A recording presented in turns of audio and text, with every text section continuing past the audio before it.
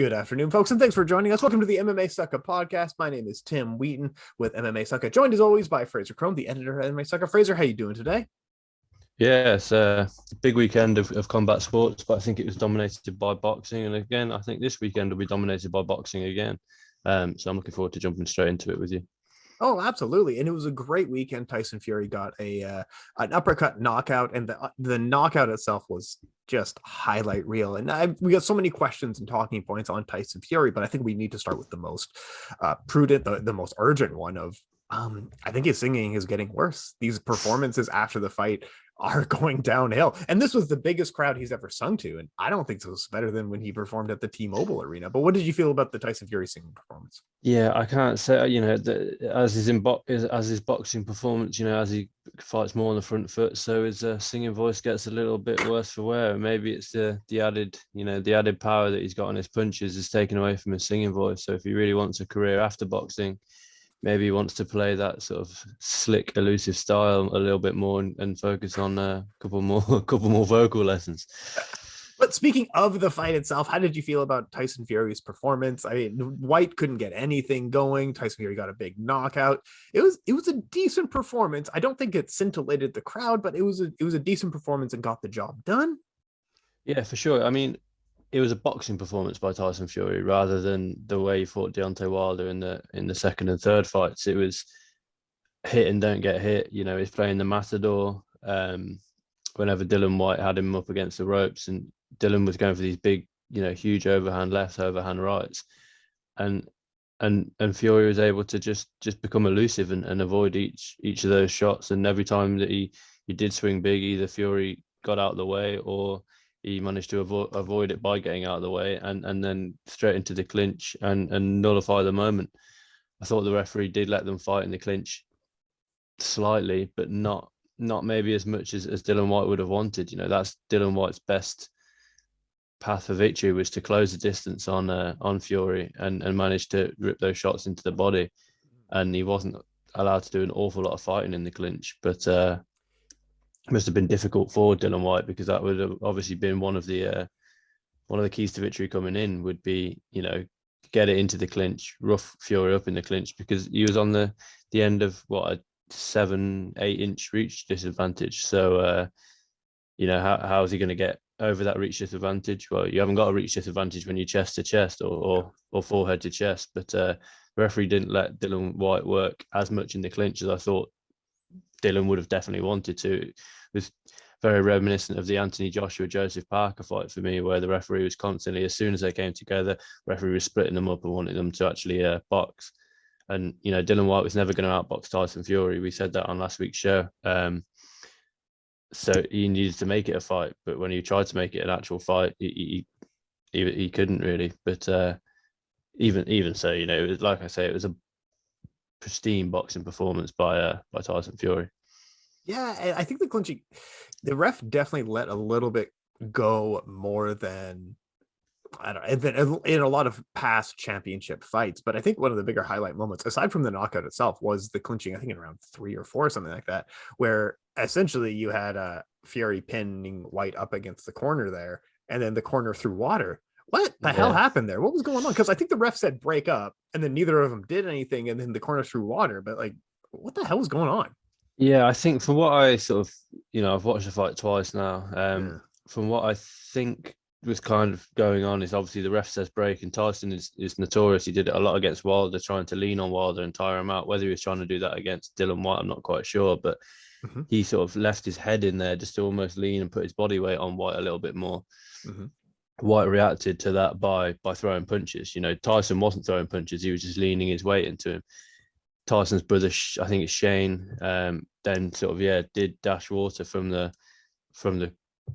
crowd, essentially. He wasn't a licensed cornerman. You had Sugar Hill Stewart and the rest of the Krohn team in Tyson's corner. He wasn't a cornerman, so that's, in a way, it's no different from someone in the crowd throwing water. But we don't want to see that. It did get a little bit dirty. The elbow by Dillian Whyte, the sort of Tyson Fury managing to manipulate his shoulders and his head to try and open up the cut on Dillian Whyte ever so slightly more. But let's not let that sort of the dirty tactics from the two guys and the two teams take away from what was a phenomenal knockout. You know, he hadn't really been throwing the uppercut an awful lot. And if you look throughout Dillian White's career, the 2 knockout losses that he's had prior to this, or the 2 losses, both come via knockout, both come via big uppercut. Anthony Joshua knocked him out after he hurt him. He knocked him out with the uppercut on the rope, and obviously Alexander Povetkin knocked him out with the uppercut. I think even though the Povetkin was and Joshua, both of them put Dillian White out cold, I still think this was a better shot from Tyson Fury. You know, and it was right at the end of the 6th, and it didn't even seem to land an awful. You know, it so didn't fast. seem exactly, and you know, watching it back, the knockout itself, like I say, didn't even seem to land. It's not the Anthony Joshua Vladimir Klitschko uppercut where you see his whole neck and you know he's really caught under the chin. It sort of almost just caught him just on the edge of the chin. But you know, heavyweight boxing, it only takes one, and you don't need to catch clean to knock these guys out cold. And fair play to Dillian White for. He was out, and he still managed to battle to his feet. He tried to get his hands up, and he stumbled into the referee, and the referee obviously called it there. But yeah, what a phenomenal knockout that was by Tyson. Man, it was absolutely amazing. Like that speed. Like it took us, I think, 2 minutes to get to the replay. And I remember in one of the chats I was in, everyone was like, "But what the hell was that? What actually happened?" But no second 10 count needed. He was out. He got to his feet and fell over again. Like it was a brutal 1-punch knockout, essentially, is what we saw. Yeah, for sure. And you know, it was, even if Tyson hadn't got the knockout there, I think I had Tyson. Well, that would have at the end of the 6th. Yeah. Obviously, it came in the last 10 seconds, but I had him 5 rounds up. He was winning that round. He won the 4 prior to that, and I think Dillian White probably won the first round. Obviously, coming out southpaw, Dillian White maybe confused Tyson Fury ever so slightly, but it wasn't exactly like it didn't put Tyson in any danger. I just don't think he was expecting Dillian to come out in a southpaw stance, and you know maybe that would have worked. He didn't do anything with it. Yeah, that's the thing. Yeah,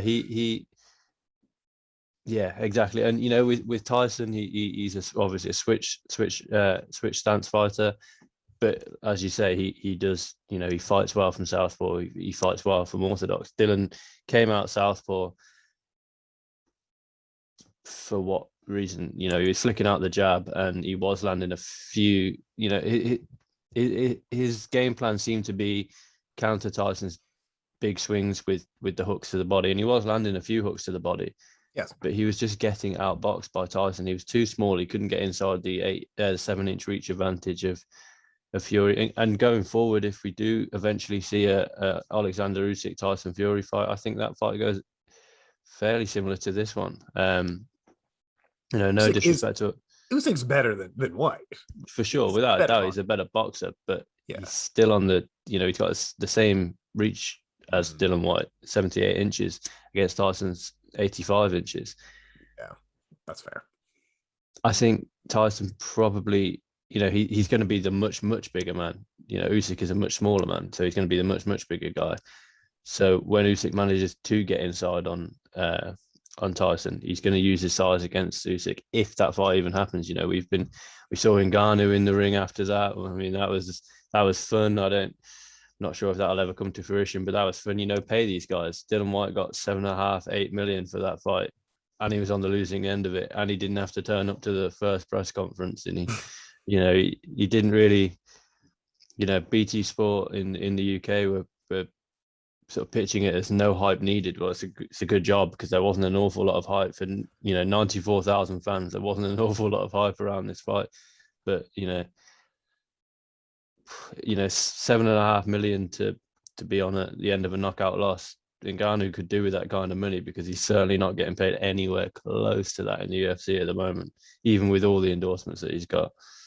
Yeah, it's still embarrassing to look back that we're looking at on official paydays that we know some of the highest paid guys were like Alistair Overeem, who was making 700 grand a fight.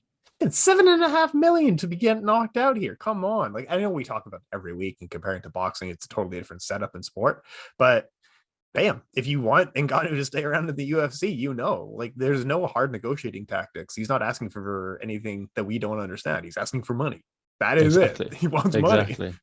And, you know, luckily, potential fight between Fury and Ngannou would sell out a huge stadium. Oh yes.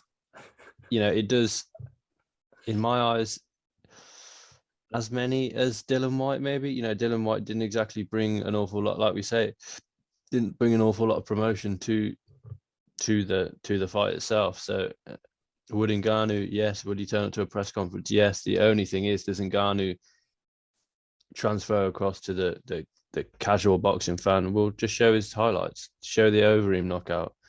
Yeah. Show the Stipe jab. That was a jab knockout. Let's be honest. The second fight between the two, he sort of jabbed Stipe coming in and pretty much KO'd him. Yep. Show these highlights and you'll get people interested. And there's no doubt about that. That's why I think, Anthony Joshua does so well. Is he the best boxer in the world? No, but does he have the highlight reel knockouts?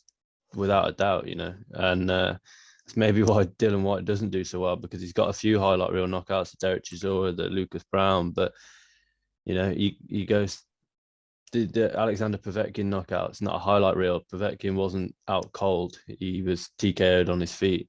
And unfortunately for Dylan White, now he's on the wrong end of these highlight reel knockouts of Alexander Povetkin, big uppercut, Tyson Fury, huge uppercut, and I think Ngannou sells. Look at it's the whole Anthony Joshua versus Tyson Fury thing. Let's be honest here. Tyson Fury doesn't look like the best boxer physically on the planet. No, no, he does not. Flew up to what, 30 odd stone or whatever he was when he was going through his troubles, and now he comes all the way down. But his body, he's nailed that for peak performance. Now you compare that to Francis Ngannou, who is also peak performance, but it's a completely different build. And you can build it as the ripped, chiseled six pack, Francis Ngannou, big muscles on muscles, against Tyson Fury, who looks like someone that you may see down the pub. But yeah, I was gonna say we'll talk about that in a minute. Keep going. Sorry. Yeah, no, realistically, Fury outboxes him. Can Ngannou's got a puncher's chance, and does it happen? We'll have to wait and see. I definitely think Ngannou has crossover appeal because he grew so fast in MMA, and he's on like Mike Tyson's show, he's on the Teddy Atlas's show and stuff like that. Because like his story is great. It crosses over to anyone in the same way that Tyson Fury's story crosses over. But yeah, is there anyone? And I feel like for his legacy, like, is there anyone who's benefited less from not looking cool? Like his body doesn't look cool, but even in the way Tyson Fury kind of moves around the ring and boxes, he doesn't look cool doing it in the same way that a Lennox Lewis or like someone like a Canelo Alvarez just has style when they do it, or Floyd Mayweather has so much style, or Manny Pacquiao has style. Tyson Fury just looks like a mechanical man who's so big. Yeah, for sure. And, he's got a similar style to Roy Jones Jr. as far as being elusive, getting out of the way of those shots and then throwing shots down the pipe. I saw one of the times that he dropped Wilder, he just rolled underneath a shot and threw a big right hand. Mm-hmm. And yet it still didn't look as slick as if Roy Jones did it. Roy Jones rolled underneath. They could both throw the exact same thing, but just because of the more fluidity that Jones does it, he rolls underneath the shot, bangs a big right hand down the pipe, and could knock a man down. Yep. Whereas when Tyson does it, he rolls underneath, and he does land the big shot. But like you say, visually he's not the most appealing to watch. But those that know boxing know how appealing it is to watch. At the end of the day, to be able to do that at any weight is impressive. But be able to do that when you're 265 or whatever you weighed in at this weekend is even more impressive in my eyes. That's fair. No, I have a couple more points on the Tyson Fury, but for his legacy, the Usyk fight is the right fight to make. Now, it's combat sports, so let's not pretend that he's retired. We know that it's combat sports. The Usyk fight is the right fight for his legacy, but in terms of his wallet, Joshua or Ngannou make more sense. What fight do we see next for this man? I think it all depends on Joshua Usyk. I think we're predicting that'll be in July time, probably in Saudi Arabia. Don't be surprised to see Tyson ringside for that. And that is the only fight in boxing terms, ignoring Ngannou for now. That's the only fight between Tyson and a boxer that anyone wants to see. No one wants to see a Deontay Wilder fourth fight, because it's proven now that Tyson all three of those fights. Let's be honest. You know, he wouldn't officially he won 2 and a draw, but he won all 3 of those fights. He's knocked out the number 1 contender, the mandatory in Dylan White. No one else comes close to him now. You know, we don't want to see a Artur Valin rematch. He trains with Joseph Parker, so we're not going to see that. But Joe Joyce is far too slow and not good enough for him. So, you know, we want to see now Usyk versus Joshua, the winner of that. You know, leaning towards Usyk being the winner of that, because how much can Joshua change in a little under a year? Probably not too much. And then we have to see Usyk versus Fury in the 4-belt era. You know, try and crown an undisputed. But you know, I completely agree with you that Joshua's the money fight that sells out Wembley twofold. You know, does that even happen at Wembley? Because you know, if you're doing 94,000 for a Dylan White fight, it's, you know, you're looking at 120,000 for an Anthony Joshua versus Tyson Fury fight. Realistically, can you get that many people in Wembley? Like I thought someone told me you can't do chance. standing room anymore, so I thought they couldn't do higher than like. What's the deal with this? Yeah, from what I understand is you wouldn't be able to do it at Wembley, despite the fact that Wembley is what, a 80-odd thousand seater, I think, or maybe a 70,000 seater.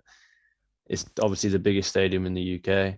Yeah, and yet I still don't think it would be big enough for Fury Joshua. But no, it wouldn't be. That's true. Does Fury Joshua do bigger numbers in the US? Probably not. You know, the majority of the fans this weekend would have been from the UK, traveling down to London for the fight.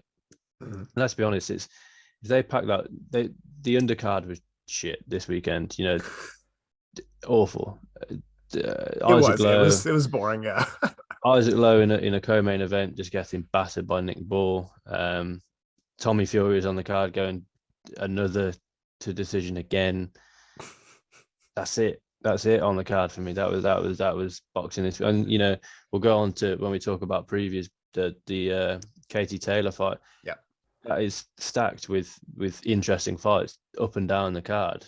And why they couldn't have done that with the Tyson Fury fight, I'm not quite sure. But let's be honest, 94,000 people went to see Tyson Fury and Dylan White. That wasn't, you know, they're not packing out the undercard.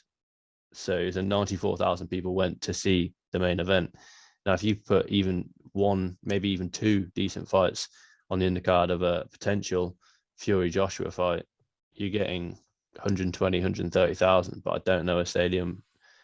There's definitely not a stadium in the UK that could house that, unless they just buy Eddie Hearn or whoever gets the purse bids for that, just buys a big old field, just packs as many people in as possible. But I'm not sure how logistically that would work.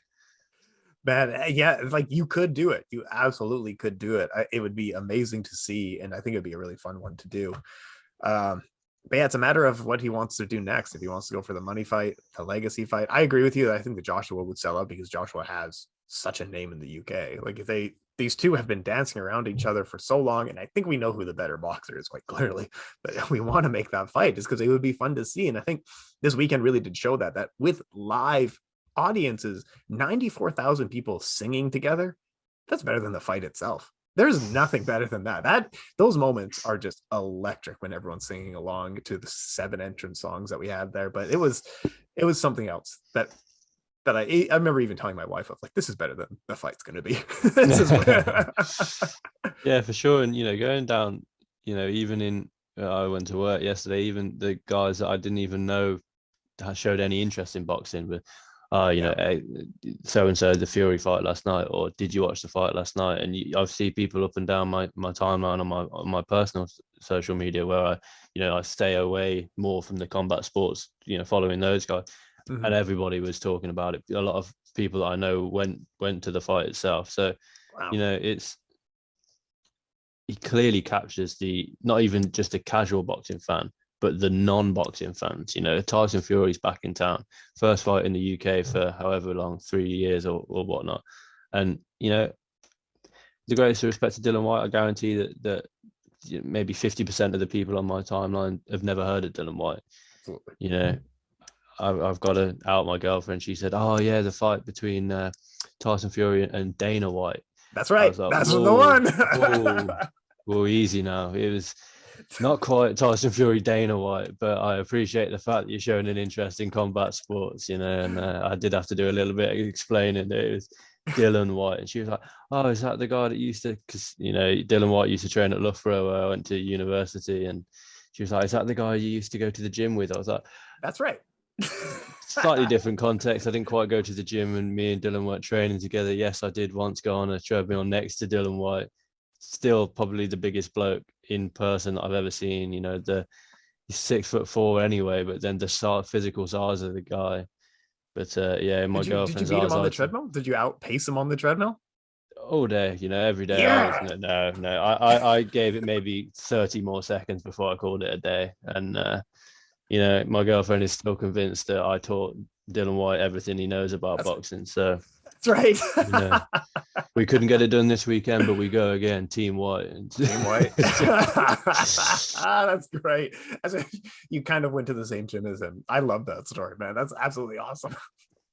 Yeah, for sure. So yeah, so Dylan, you know, I did tell him to get in behind the jab, try and work in the clinch, but you know, it's I hate to say it, but if I was in the corner, maybe things would be different. But man, yeah, I don't know. I don't know that he has many answers. Even if you make adjustments on the fly and his corner is giving him advice, I don't know that the thing is that I don't know that he is the boxer to make those adjustments, you know? Yeah, for sure. He's the fighter to land the big shots. I watched a preview show with his old trainer, Mark Tibbs. Mark said, look, go in there when he was fighting Joseph Parker, go in there and rough him up, you know, make it into a fight.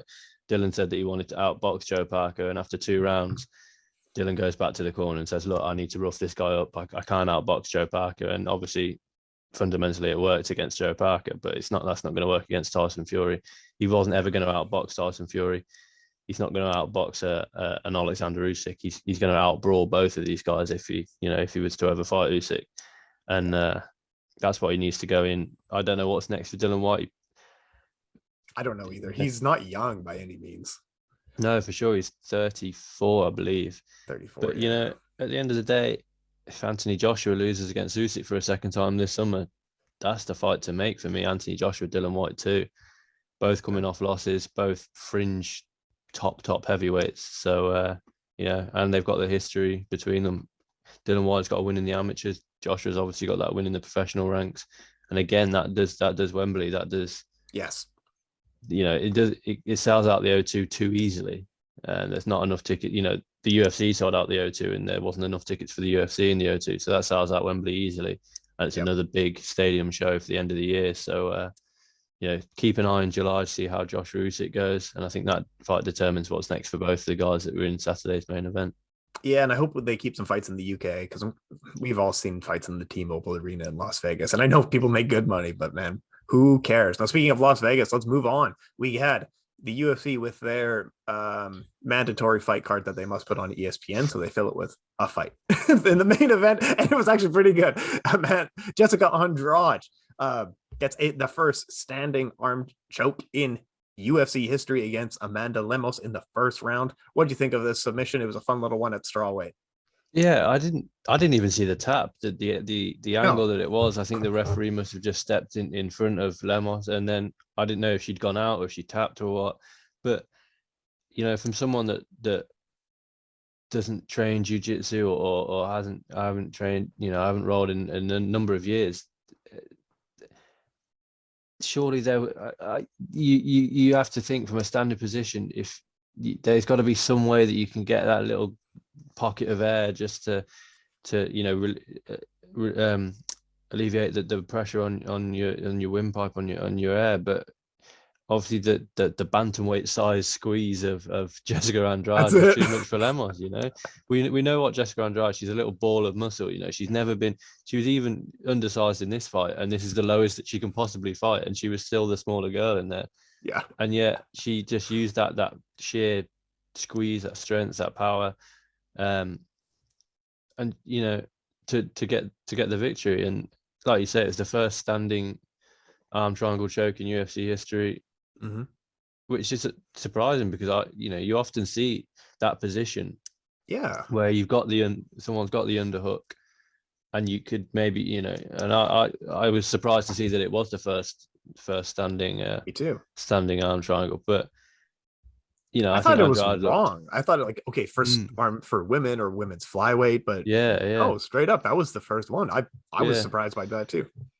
Perhaps the difference between some that we see is they get into that position, the defending fighter then drops to the floor to try and alleviate some of the pressure, and then they tap when they're on the floor. Maybe that goes down as a submission on the ground, as it were. But I thought Andrade looked really good, and the next fight of her for me is either Yang Xiaonan, who was on a narrow.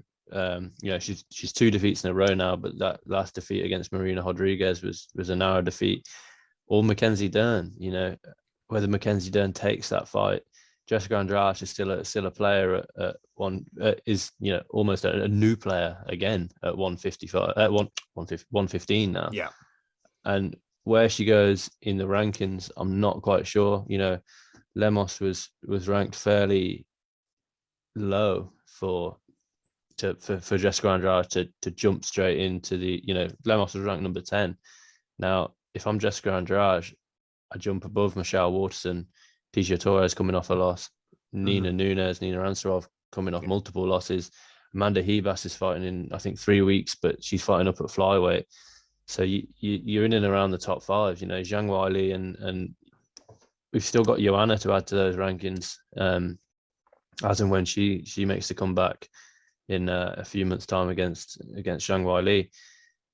It's difficult. It's a good division. This is a good one. Sure, and for what was quite a stale division when Joanna was lapping, she was beating Carla Esparza, she was beating, these girls, Claudia Gadelha twice, she was beating Karolina Kovacevic, beating Jessica Andrade.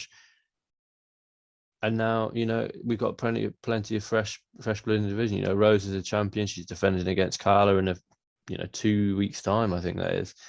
And then exactly. And then, you've got Marina Rodriguez, Mackenzie Dern, you got Joanna returning, Zhang Weili is still dangerous. There's arguments that she should be the champion after that second fight with Rose. You still got Yang Xiaonan, who's she's riding 2 defeats, but that first defeat she was just exposed, and the second defeat was an extremely close one. And now you've got Jessica Andrade straight into that mix. And let's not write off Lemos either. She lost to Jessica Andrade. So have a lot of people at flyweight, a lot of people at bantamweight, and a lot of people at strawweight. She can certainly come again. Yeah, she's an older fighter, but that's not to say that she's done by any stretch. Oh, it totally co-sign with you. Yeah, it's a fun division, and there's, like, you named 3 or 4 fighters that Andrade can name to fight next. They're all fun. Like every single one of them. I would love to see. But let's not make it a main event. Let's not make that. Yeah, these are the hype around this main event was thin, and it was the whole card going down. I think it had good fights on it, but the actual hype around the card was not good for me. If you get people who are like Patreon people who are cover MMA for money, and they don't really bother talking about this fight, that it's like it's not the best thing going on. Sure. Claudio Puelos got a knee bar, which is just cool to see. It's always good to see. I don't know if Claudio is going to have a huge future in MMA or anything like that, but he got a sweet submission. Macy Babar got a submission. Anything you want to throw out any of those? Yeah, Macy Barber and Montella De La Rosa. I thought that was quite a good fight, actually. Despite the fact that the majority of the first and second rounds were played out, in up against the fence, it showed how people use that as a stalling tactic more often than not. Whereas these 2 women were working in the clinch, against the cage, and it was our battle for position, you battle for position, our battle for position, your battle for position, and it was good. I think Macy Barber, she's still really young. I think she's 22, 23. She's certainly got a future at the top of the division. She has obviously been slightly exposed in her striking as being, unfortunately, fairly poor. But looking up the division for Macy Barber, there's options there. Cynthia Calvillo, Joanne Calderwood, Andrea Lee, Viviana Araujo. These are all girls that she could face. But for me, next should be Marina Moroz. I think Moroz is coming off the big win against Agapova a couple of weeks ago now, about a month ago now, and I think that's the next fight to make, in my opinion. It just makes sense. Yes, it's outside of Moroz is outside of the top 15, but Jessica Eye and Katie O'Neill are above Macy Barber, and they're scheduled to fight each other in a few weeks. Joanne Calderwood's coming off 3 losses. Maybe an Andrea Lee fight, but does Andrea Lee fight down to fight Macy Barber? I doubt it. And I think Andrea Lee handles Barber with ease, to be honest. She's much more experienced. She's more well-rounded everywhere. And then you're looking too far at the top of the division. Jennifer Meyer, too experienced. She's fought for the belt once or twice. One of my favorite fighters in the division, Manon Fiorot, yes, dominates Barber, dominates her. So it's we have to look much further down. And I think the Moroz fight makes a lot of sense for Barber next. Yeah, and with Macy Barber, she is getting slightly better in between fights, and I have to remind myself that she is a young fighter, so taking a couple of losses along the way isn't that big of a deal because she started in the UFC so young and so inexperienced, where most fighters, by the time they get in male divisions, by the time they get to the UFC, they've taken those crappy losses already. Like, think of Kamaru Usman's loss. Like, that loss sucks. But we see those losses in the UFC for a lot of younger fighters. She's still developing. In 4 years, we might be talking about a totally different conversation tone in how we look at Macy Barber. Either she's in Bellator, or she's a contender. You know what I mean? Yeah, for sure. And I think, like you say, she is making these small improvements fight on fight. But for me, because she's still so raw, she probably needs to be making bigger improvements fight on fight in between the fights. We didn't with that loss against Alexa Grasso a few fights ago. She was punching air for a lot of it. And then against Miranda Maverick, we saw her go more to the grappling. We haven't really seen if she's improved in the striking much at all. She did look good against De La Rosa, but De La Rosa isn't a striker. She's notorious for wanting to close a distance and get the fight to the floor and work at jiu-jitsu. As such a young fighter, I want to see Barber make maybe more improvements in between fights because she is so raw. It's like when you first start the gym in your life, you're going to be making all these improvements, quick improvements because your body's getting used to it. Whereas with Barber, she's making improvements, don't get me wrong. But I wonder how high her ceiling can be if she's only making sort of these narrow improvements fight on fight, which, no disrespect to her, because I think the narrow improvements need to be made there. She's controlling fight. She's managed to control De La Rosa in the clinch for pretty much all the fight. She defended well off her back. She defended well when De La Rosa had her back. Mm-hmm. And yet I'm still not that convinced on Macy Barber yet, because we've seen, the Roxanne Modafferi loss is what it is. It was an injury. She battled through that injury, and it was potentially career defining, to take that kind of a beating in a fight that you were the biggest favorite on the card. Maybe that was one of the biggest upsets of the year. Yeah. But she can put that in the back of her own mind. She could put that down to, I tore my ACL. The Alexa Grasso fight, she was just out fought in that fight. And that's what is slightly worrying. For such a young fighter coming off a loss, what have you got to lose? Just go in there. Alexa Grasso hasn't got one punch knockout power. So Macy Barber, in my eyes, for that Alexa Grasso fight, should have just gone out there and put it all on the line. But she didn't. And that's maybe what we saw against Miranda Maverick before the De La Rosa fight, is she went out there needing a win. 3 losses on the bounce for such a young fighter who isn't showing humongous improvements is a bit worrying. So going out there against Miranda Maverick and getting that win, and now getting the win against De La Rosa, she's beginning to pick up that momentum again now. And like I say, we don't want to see her, if she is going to be the future of the division at 23 years old, we don't want to see her fight anyone in and around the top 10 next. I don't think, she's still only 10 or 12 fights into her career. Yeah. She needs that experience still, she's had 12 career fights. Comparing it to like a Paddy Pimblett, he had almost 25 fights before even entering the UFC. Yeah. And like you say, he's picked up those disappointing losses outside of the UFC. Not on the big stage, Exactly. And you don't want to be picking up those losses on the big stage. Like you say, he's Paddy Pimblett's 18-3, but he's only had two UFC fights. He's had 19 fights before entering the UFC, and he's doing it right. He was offered a UFC contract before UFC Liverpool 4 years ago, and he didn't take it, and now is maybe paying dividends. So that's what I want to see from Barber now, is build your career slowly. She's still only, I think she's 23, Macy Barber. You don't want to see her. Yeah, she's 23. She'll be 24 next month. You don't want to. There's no rush, especially in a career where, you know, the flyweight division is dominated by one person. I think once Valentina retires or goes up or you know, just steps away from the sport, your Barbers, your Montella De La Rosas, your Miranda Mavericks are still going to be around, and you want to be holding the wins over these girls and improving for potential rematches. And I think Barber can do that if she just takes a career slightly slower. Oh, absolutely. Yeah, she's got to develop over time. Let's just get a couple of other highlights out of the way. One championship. Regan Arcel defended against Sadkovic in a unanimous decision for his lightweight title, and it was an exciting fight. Smila Sundell defeats Jackie Bunton for the inaugural one women's strawweight champion, becoming the youngest world champion in history at age 17. Bellator. We had Bellator 278. Let me bring up the main event here. Liz Carmouche tickled Juliana Vasquez to a TKO victory in round 4, and good for her. And then we also had Chris Cyborg defeated Arlene Blenkow via unanimous decision. Any major highlights that we want to talk about on the Bellator cards?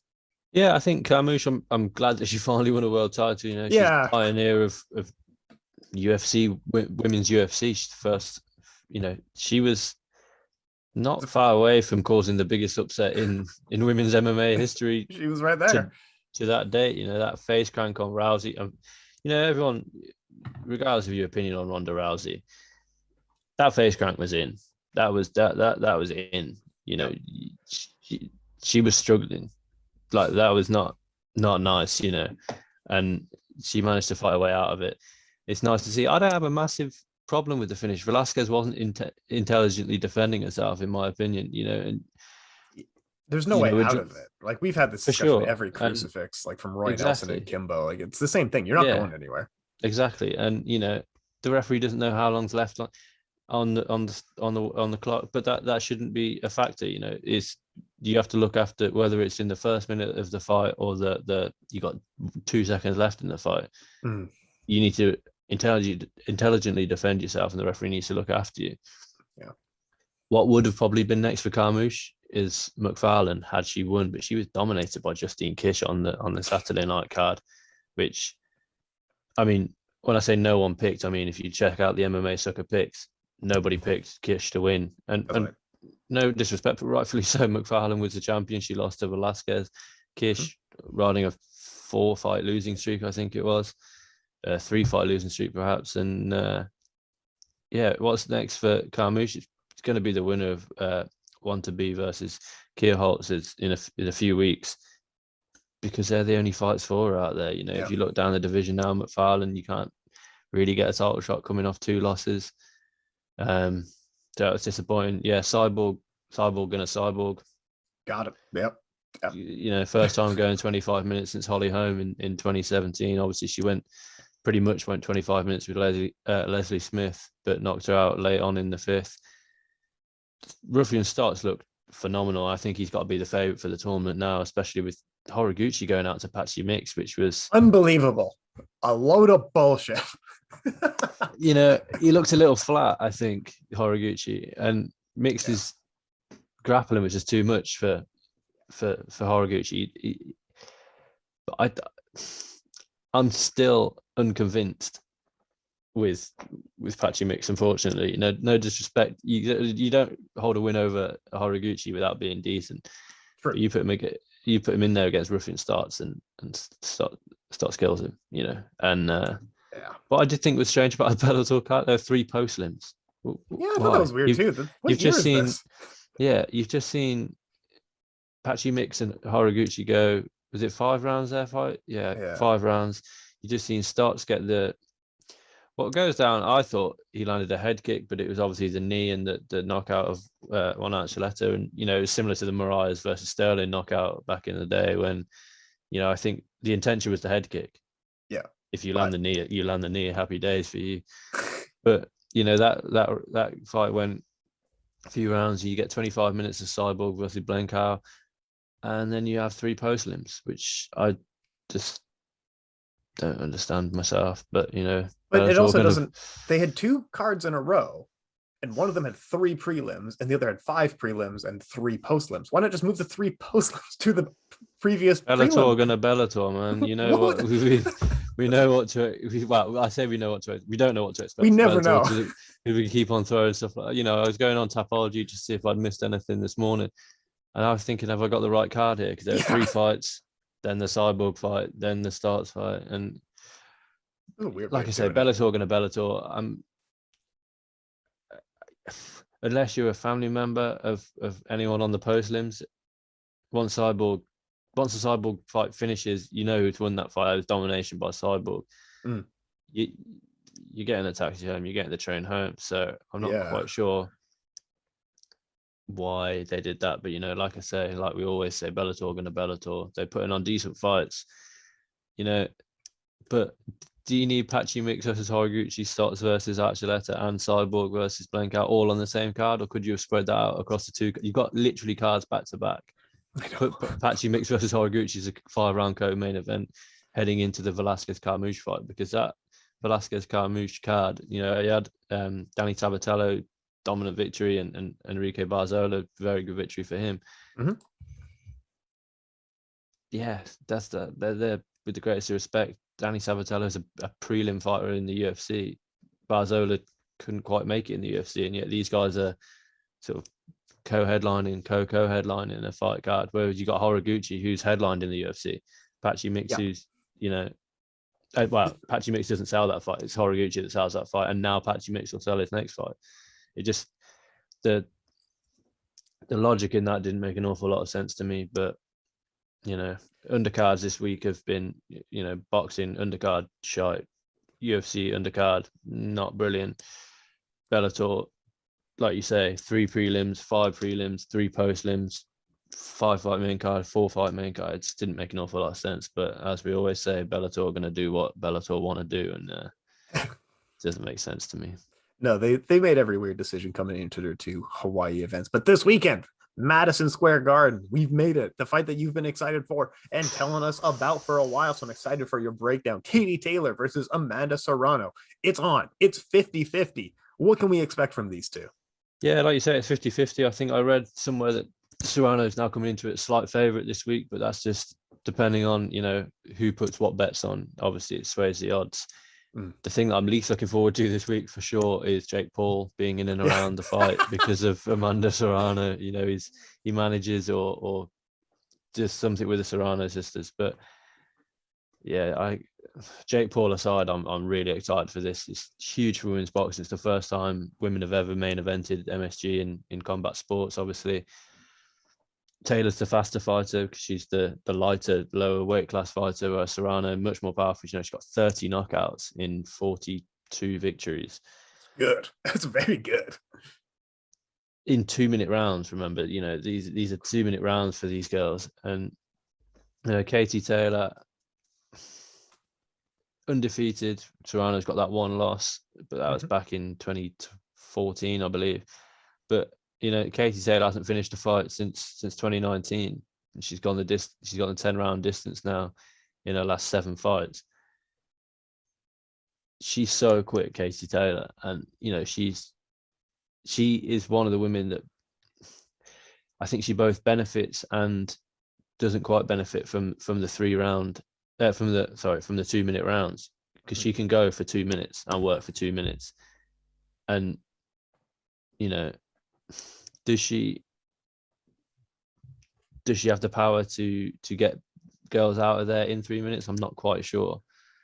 But the 2-minute rounds sort of maybe suit Katie Taylor in this one for sure, because she can get in and get out with the 2 minutes. She can work for a minute and a half, a minute and 45, without having to worry about getting tired in that third minute.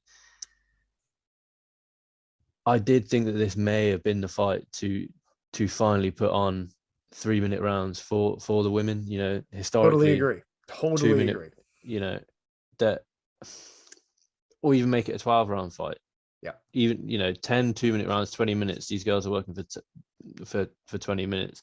You compare that to Tommy Fury, who had an 18-minute fight this weekend, and the the levels of difference between Katie Taylor and Amanda Serrano and Tommy Fury are shocking. You know, he went 6 3-minute rounds. You got 18 minutes there. These girls, you know, Serrano's a 7-weight world champion. And this one is for the WBA, WBC, IBF, WBO, and ring lightweight titles. Yep. And yet they're literally going to be working for 2 more minutes than the Tommy Fury did this weekend. I can't get started because, you know, we've you know, there's not enough hours in the day to go on. But, you know, I think what's interesting is Katie obviously holds a win over Cindy Serrano, the older sister of Amanda. She's not nearly as good as Amanda Serrano, don't get me wrong, but Amanda Serrano is fighting for what are essentially her sister's old titles. Her sister lost the WBA and IBF lightweight titles in, you know, October 2018, and since then obviously Katie Taylor's held them. Mm-hmm. It's an absolutely phenomenal fight on paper. Whether it will play out like that, I believe it will. I don't think the moment will get to either woman. And, you know, like I said, it's a missed opportunity not to have this as either 3-minute rounds or a 12-round fight. Even if you're going to do 2-minute rounds, put 2 extra rounds on there. It's a championship fight for the undisputed lightweight title. You got 4 official belts and the ring belt on the line, and they're only going to be allowed to work for 20 minutes if it goes that long. Personally, I think I'm just being biased, but I'm picking Katie Taylor going into this one. I just think her speed's going to play the fact that Serrano getting down to lightweight is going to be a little bit more of a struggle than obviously Katie Taylor, who gets down to lightweight. You know, she has done for her past 8 or so fights. Mm-hmm. I think, you know, Serrano is solid, but again, you know, she just holds so much more power than Katie Taylor. If she can catch Katie Taylor, I think that's obviously where we have the problem. Can she catch Katie Taylor is the question, and I don't think that she will, to be honest. You know, she's fast paced, she's aggressive. You know, she hasn't got nearly as many professional fights as Amanda Serrano, but she's got a solid amateur career, as we well know. And I think, you know, historic night for boxing, mm-hmm. and for women's boxing, you know. And going forwards, I think I'm hoping that this will open the door to more women's boxers being able and having the opportunity to headline cards. Maybe not at MSG because they're not the big names that Katie Taylor and Amanda Serrano are, but they need these opportunities to headline cards, and at the moment they're not getting them. And I think these 2 women are really breaking down barriers for women's boxing as a whole. And I think it's going to be a phenomenal fight, phenomenal week up until the fight, mm-hmm. give or take Jake Paul's influence on the fight. It's a capital week for women's boxing. This is one of the bigger ones, and it's got some buzz going into it as well, which you often don't see for women's boxing. I was trying to find some stories here about the 2-minute rounds, but like even Bob Arum is like, yeah, women should fight 3-minute rounds. It doesn't make sense that they're fighting 2-minute rounds. The president of the WBC says it's about safety. Well, then men should fight. Solomon. Is that the guy's name? I cannot stand that guy. He is not good for boxing, in my opinion. If Mauricio caring Solomon for your well-being is wrong, then I don't want to be right, he says. But yeah, like that's obnoxious, because if it's about safety, then men should fight 2-minute rounds too.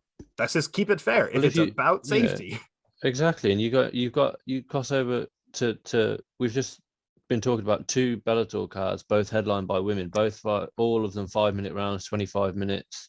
You know, it's equal, you know. Yeah. And if the worry is, you know, we want to protect women, it's 2022, you know.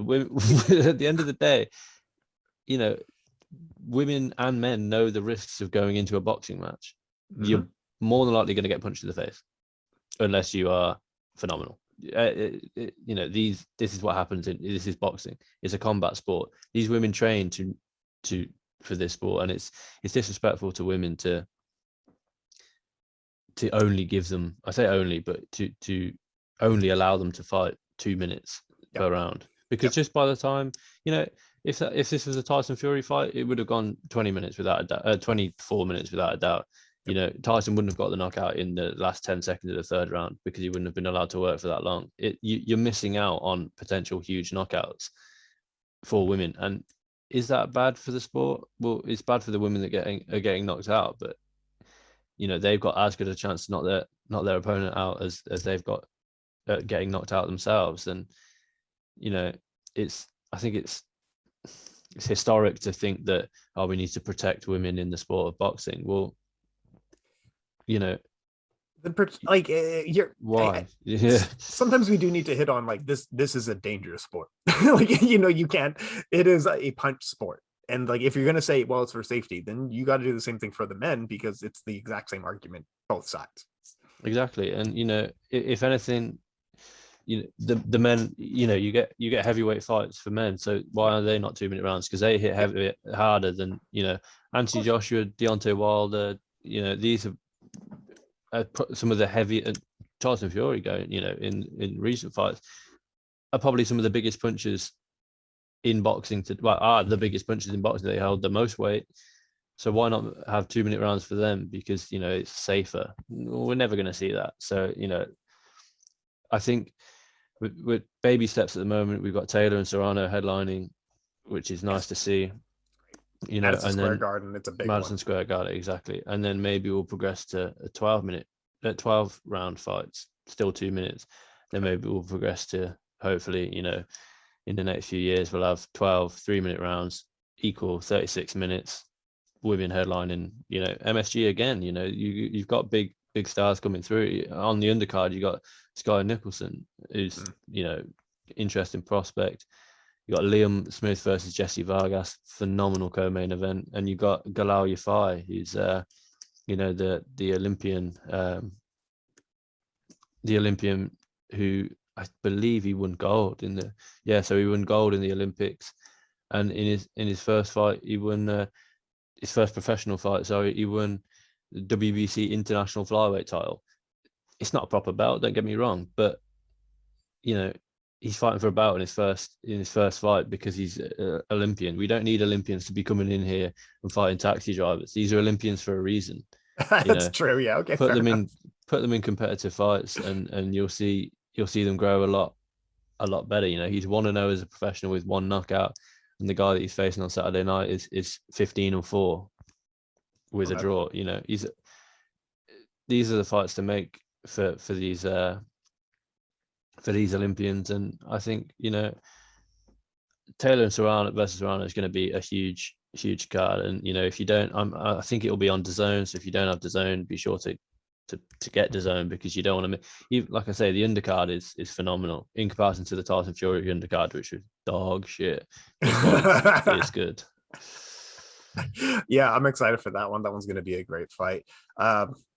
It is the tough question, because we've been leading to it for so long. Like, what happens after for the winner, for the loser? Like, this has been like they've been climbing to this fight.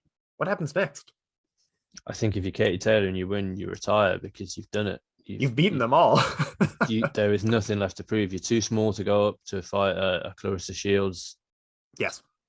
You know, and outside of that, there's nothing. Maybe no. If I'm Katie Taylor, I win this and I retire. You know, there's no more titles. There's no more people left. She's 35 now. And, you know, I saw an interview with her saying, I don't want to be famous. You know, I'm happy to be famous inside the world of boxing, which is for sure she's famous inside the world of boxing. If you know boxing, if you know combat sports, you know Katie Taylor. Yeah. She's completed it if she defeats Serrano. And it's not, boxing isn't like MMA when you have the rise of someone like a Hamzat Chimaev to come and face the champion sometime soon. Especially women's boxing, you know, there are no other competitors for Katie Taylor if she manages to beat Serrano. And if Serrano wins, I think Serrano, now that she's with Jake Paul, just fights on Jake Paul undercards and makes more bank off knockovers. You know, no disrespect to her at all. Why not make as much money as you can? But Serrano, again, I think even if she hadn't had the Katie Taylor fight, she could retire content with how her career's gone. But, you know, this is a little bit avenging her sister, you know, and it's proven to the world just how good she is. But if I'm Katie Taylor, I retire. I haven't got anything left to prove to anyone if I beat Serrano, and I think she will beat Serrano. I think the speed will be too much, especially over just the 10 rounds, 2 minutes, 20 minutes. I think the speed will just be too much. It'll be too elusive, and I think she's gonna, despite the fact obviously Serrano's she's from Puerto Rico, but she's the American-based fighter going into it. Yeah. New York has got a huge Irish contingent, and I think Katie Taylor will have a lot of fans in there on Saturday night. And like I say, it's got plenty of British talent. Liam Smith, Galal Yafai, Sky Nicholson, all on the undercard. People will get in there early to see these guys fight. And if you're traveling over from the UK to New York, get in there early. See these guys, because when Sky Nicholson wins a world title, when Galal wins the world title. You want to say, I saw them fight in their third, fourth, fifth fight. And so make sure you get in there early if you are traveling over. It's going to be a good one. It's going to be a good card up and down in the historic Madison Square Garden. Fights in MSG are just cool. It's just a cool building. It's got so much history there, and it's just a cool one. UFC put on a pretty good fight at bantamweight. Any fights at bantamweight are just good. That's the problem. Like, these guys are kind of in the top 15, and therefore it's good. Rob Font versus Marlon Vera. Both of them have lost to Jose Aldo. Both of them have put together some wins since then. Rob Font just lost to Jose Aldo in his last fight. I don't entirely know how to pick this fight. You got two guys who are a little bit more aggressive, a little bit more punchy. Rob Font is especially get behind the jab and switch stances as he's coming in quite a bit.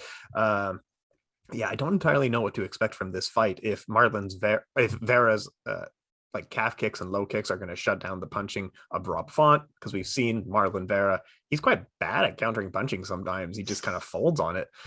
I don't know how this fight's going to play out, but bantamweight, it's fun as hell. What do you think? You got 1 minute. Yeah, for sure. Bantamweight is, like you say, bantamweight going to bantamweight. They're constantly putting on competitive fights where we don't know the outcome. We don't know the outcome, and it's difficult to pick. Like you say, Rob Font is more the boxer with a few leg kicks, whereas Vera is a more well-rounded striker, but not as good in the boxing realm. I think Vera has a huge hole in his game on the ground that we saw against Jose Aldo, and Rob Font can take him down, but Vera has a 69% takedown defense. I think it's a good fight, and I think the winner does progress on, and the loser becomes the gatekeeper to the top 5, unfortunately. I think so too. It's a fun fight. Nothing else on that event is worth watching. No, we've got Romanov versus Sherman got rescheduled for whatever reason, a minor health concern from Saturday's card. It's got rescheduled for this card, and MMA Sucka friend Tristan Connolly returns after that disappointing first stint at featherweight. He's facing Darren Elkins, but we've got PFL with Brendan Loughnane, that's still a loss to the UFC. He could have been on the co-main event of this card and sold a lot more. I'm assuming it's at Apex, but he hypothetically could have sold a lot more tickets than anyone outside of the main event, in my opinion. Man, it's clear that the UFC is just like, we could put this in an arena, but fuck you, fuck the fighters. I mean, Jake Collier is as per Tapology, Jake Collier is co-main event. I know this isn't an arena fight, but still, you can go into some casino in the middle of nowhere, sell 2,000 tickets. Who cares? Like they used to do, like the old days, because this is as good as the dark days. For sure, and Jake Collier's co-main event, I just can't get over it. Andrei Arlovski being co-main event, I'm fine with that, but to be facing Jake Collier, this for Arlovski, what does that do for you? He's been putting together wins and losses, and he hasn't looked bad in those losses even, but he's coming off Arlovski three straight victories, but his career's not going anyware. It's not moving. Jake Collier loses to all of the 3 guys that Arlovski has just beaten. Chase Sherman, Carlos Felipe, and Jared Vanderveer. And but they both lost to Tom Aspinall, but Collier didn't make out the first round, and Arlovski did. So it is what it is. I think Arlovski is taking this one on short notice, but Collier. Oh, I tell you, Collier actually beat Chase Sherman, so he doesn't lose to Chase Sherman. But shows how much we know. Like this is our full-time jobs, and we're like, oh, this guy beat this guy at heavyweight. Exactly. Sucks. Cancel this division. Jake Collier is a middleweight, and he just can't be bothered to jump on a treadmill and cut to middleweight anymore, or at very worst, he's a light heavyweight. Collier going to Collier, you know, Bellator going to Bellator. If you miss this weekend's fight card, don't be too good about it. Make sure you catch up on the main event. Christoph Jokto versus Gerald Meerschaert. It's going to be decent. Sure. And, you know, Gina Mazzani's on the card as well. Grant Dawson versus Jared Gordon's a good fight, but Grant Dawson wins that fight with relative ease. And then next week, thank God, we've got the big one to break. We'll break down the Katie Taylor versus Amanda Serrano, and then we've got. It's looking, you know, top to bottom. It's looking like the card of the year. You know, Oliveira Gaethje. Oliveira Gaethje, Namajunas Esparza, Chandler Ferguson, Shogun, OSB, Cerrone, Joe Lazone, and then on the prelims you've got plenty of fight. You know, we'll go into depth on all the fights next week's card, but phenomenal fight card. And Randy Brown versus Chaos Williams is better than the main event for the Andrade fight card. I mean, yeah. Why you couldn't put a Danny Roberts versus Francisco Trinaldo as the co-main event for this weekend's card. You know, I'm not mad about Danny Roberts getting pay-per-view money. You know, he's getting shown on a pay-per-view card, and he always comes to fight Danny Roberts. But yeah, I'm really looking forward to breaking that one down with you next week. Because that, you know, I'm just looking Norma Dumont. I'm a massive Norma Dumont fan. She returns next weekend. You know, she's just headlined a fight night card, and now she's second fight on the prelims. So you know, not this week. Don't get excited for this weekend. It's next week. We're already excited for. I'm already more excited for this card considerably than the upcoming card. But it is what it is. You know, Marlon Vera versus Rob Font is a phenomenal fight. It's a good fight. We've got PFL in the week to catch up on, so keep it locked to MMA Sucka, because there's be plenty of content out on the website this week with regards to PFL, to the UFC, and obviously the biggest fight of the weekend, Katie Taylor versus Amanda Serrano. That's it for MMA Sucka. Thanks for joining us, folks. Let's get out of here. Thanks so much. Thank you.